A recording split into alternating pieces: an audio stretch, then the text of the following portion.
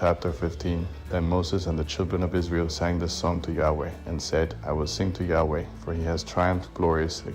He has thrown the horse and his rider into the sea. Yah is my strength and song. He has become my salvation. This is my God, and I will praise him, my father's God, and I will exalt him.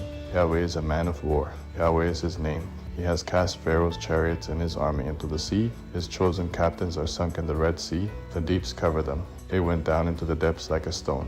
Your right hand, Yahweh, is glorious in power. Your right hand, Yahweh, dashes the enemy in pieces. In the greatness of your excellency, you overthrow those who rise up against you. You send out your wrath. It consumes them as stubble. With the blast of your nostrils, the waters were piled up.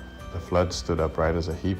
The deeps were congealed in the heart of the sea. The enemy said, I will pursue, I will overtake, I will divide the plunder. My desire will be satisfied on them. I will draw my sword, my hand will destroy them. You blew with your wind, the sea covered them. They sank like lead in the mighty waters. Who is like you, Yahweh, among the gods? Who is like you, glorious in holiness, fearful in praises, doing wonders? You stretched out your right hand. The earth swallowed them. You, in your loving kindness, have led the people that you have redeemed. You have guided them in your strength to your holy habitation. The peoples have heard. They tremble. Pangs have taken hold of the inhabitants of Philistia. Then the chiefs of Edom were dismayed. Trembling takes hold of the mighty men of Moab.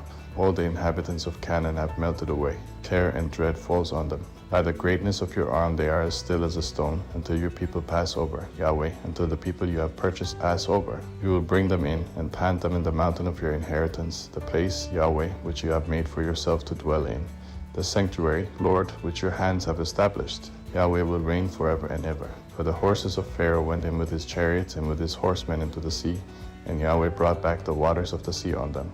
But the children of Israel walked on dry land in the middle of the sea. Miriam the prophetess, the sister of Aaron, took a tambourine in her hand, and all the women went out after her with tambourines and with dances. Miriam answered them, Sing to Yahweh, for he has triumphed gloriously. He has thrown the horse and his rider into the sea. Moses led Israel onward from the Red Sea, and they went out into the wilderness of Shur. And they went 3 days in the wilderness, and found no water. When they came to Marah, they couldn't drink from the waters of Marah, for they were bitter. Therefore its name was called Marah. The people murmured against Moses, saying, What shall we drink? Then he cried to Yahweh. Yahweh showed him a tree, and he threw it into the waters, and the waters were made sweet. There he made a statute and an ordinance for them, and there he tested them.